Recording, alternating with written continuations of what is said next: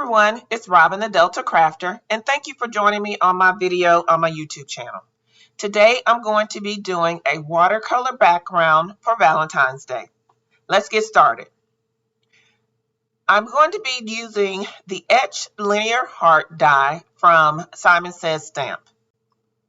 This die came out last year, and I purchased it because I felt like it was a great universal die to have in my stash. You can see there that one side is solid and the other side has little slits on it that are actually cut into the paper. So it really makes a beautiful die cut. To create my background, I'm going to be watercoloring with a couple of distress inks. And I'm using regular distress inks. So I'm going to be using Wilted Violet, Worn Lipstick, Picked Raspberry, and Festive Berries. For my watercolor paper, I'm using Canson XL watercolor paper in the 140-pound weight. It comes in 9 by 12 size, so I have to cut it down into cut each sheet down into quarter panels. So that's what you see there on my glass media mat. I'm also using a Zen watercolor brush in a size 8. So the first thing that I'm going to do is I'm going to smush some of the ink onto my glass media mat. And the glass media mat works perfect for this watercoloring technique because I'm able to get some of the color down and able to wet it and pick it up right there from the glass media mat to use on my panel. So I've got 3 of the colors down. I'm going to add the last one, the Wilted Violet, and go from there. I'm going to use my distress sprayer to spray each one of the sections of color and get it all wet, and I'm also going to wet my brush. So for this particular panel, I'm using the traditional watercolor, which is wet to a dry medium or dry panel. So I'm taking the wet paint straight to a dry panel. This is Worn Lipstick that's going on, and you can see that it's a very pale pink color that's going on here. And next I'm going to go into the Picked Raspberry, and I'm going to add that onto the panel, which is going to give us a brighter, more vibrant pink color. And I really don't have any method to the madness of where I'm putting the color down. I'm just going straight to paper and just putting it wherever I feel like I want the color to be. So now I'm going to come in and I'm going to add the Festive Berries. And again, this is original distress ink, so my colors are going to be more vibrant than they would be if I used a distress oxide. So I'm coming in with that Festive Berry and adding, the traditional red color that we like to see in Valentine's Day.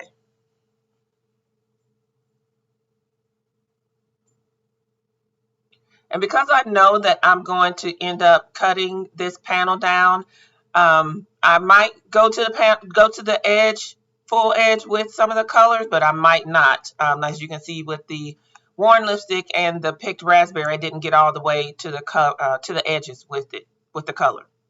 And now I'm adding the Wilted Violet color as my 4th color on this panel. So I'm kind of doing a little bit of color blocking and getting the colors sorted in quadrants on the panel.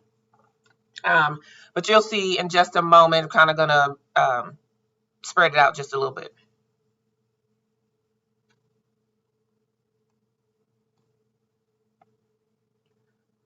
So now I'm going to come in with my heat tool to speed up the drying process. One thing that I have learned from watching many other people's videos is, as you can see here, my paper started to curl a little bit from being wet.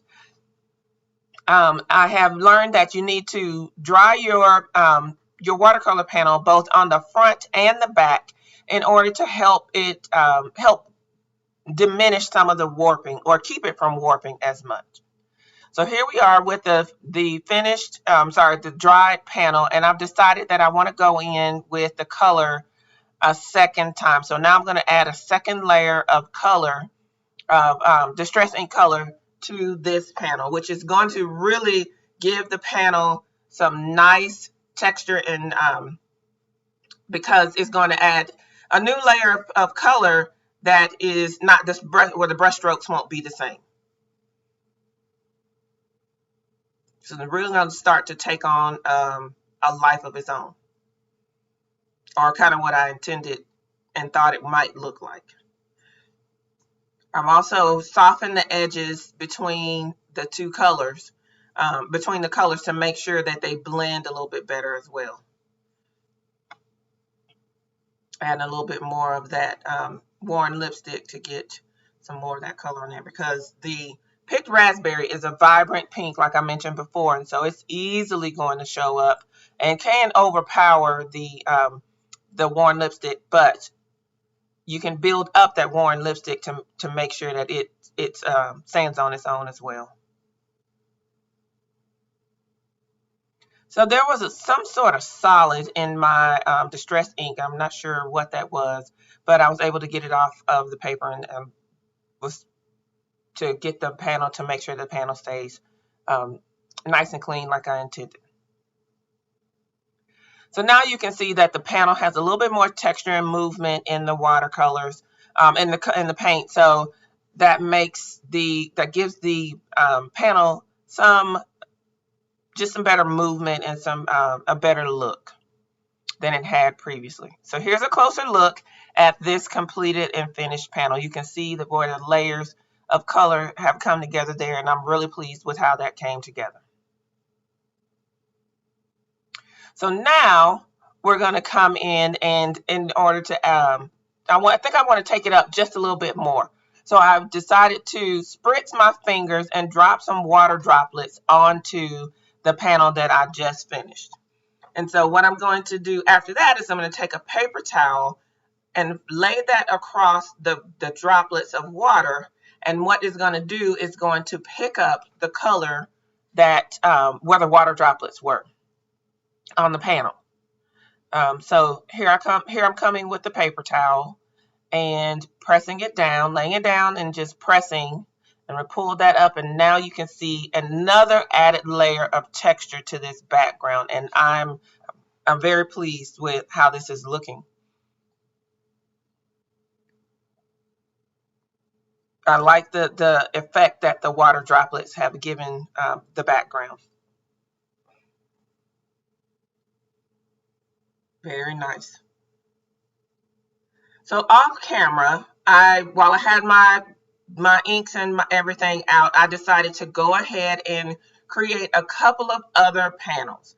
And I've used two additional techniques when I created my other panels.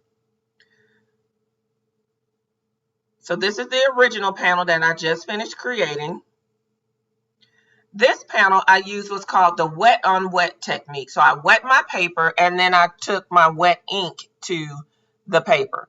And in this instance, the third panel, I just colored with the original colors, the original techniques, but I used it in a diagonal way. So I just went diagonally across the paper. Also, off camera, I die cut some sentiments that I wanted to use for this for these cards, because I'm going to end up making several cards. The die cuts that I made, one is from the Simon Says Stamp die called You Matter, and then the other one is from the Love Stamp set from Hero Arts. So I stamped the love and heat embossed it with clear, stamped it on black paper, heat embossed it with clear embossing powder. And then I die cut both the die and the shadow of the You Matter die from Simon Says Stamp. So now it's time to assemble. So what I've used a lot of times to build up some dimension on my cards is I like to use fun foam. Fun foam is economical, as well as as well as it covers the entire card or entire panel. So I'm able to make sure that the dimension that I'm giving it stands up through mailing and through anything else that happens to the card. So I'm adhering the fun foam to my watercolor panel. I'm sorry, this is a plain white panel.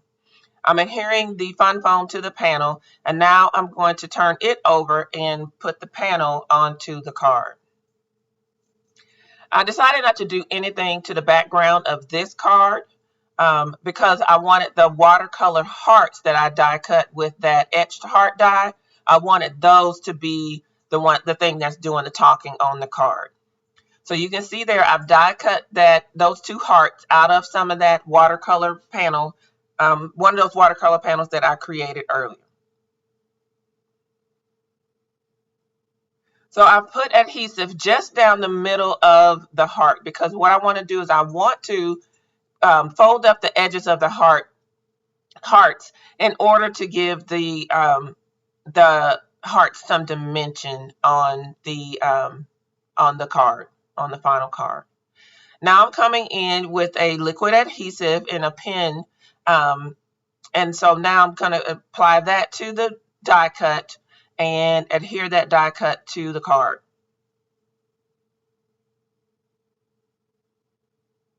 And that black is just really standing out against both those watercolors and the plain white panel. And with adding that sentiment, that completes that card.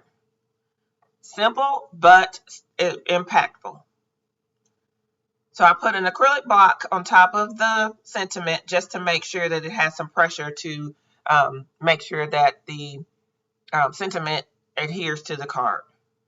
This time I created a very similar card, but instead of having just a plain white panel, I did run this panel through my die cutting machine with an embossing folder.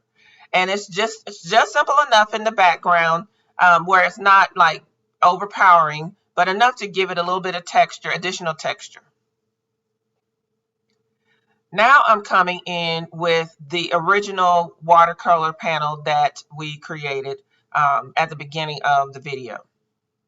So I'm gluing that straight to the card and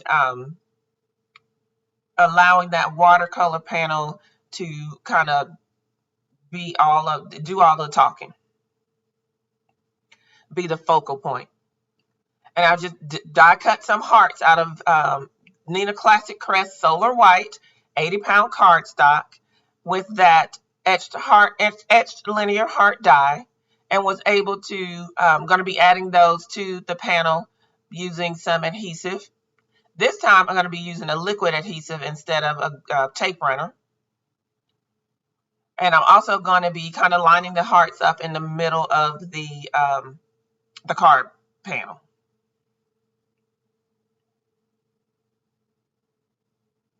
So I'm putting those down and adhering those.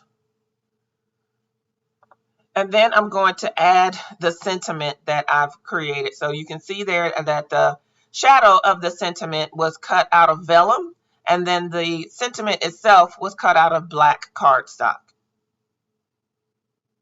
And I'm still able, because I only put adhesive down the middle, I'm still able to kind of curl up the edges of the hearts to make them have a little bit of dimension. 3 cards down, a couple more to go.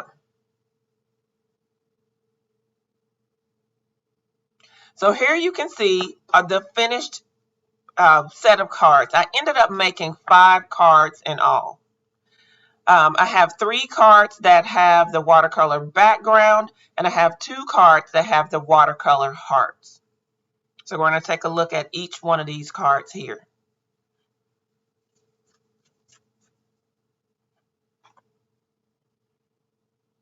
They're all there.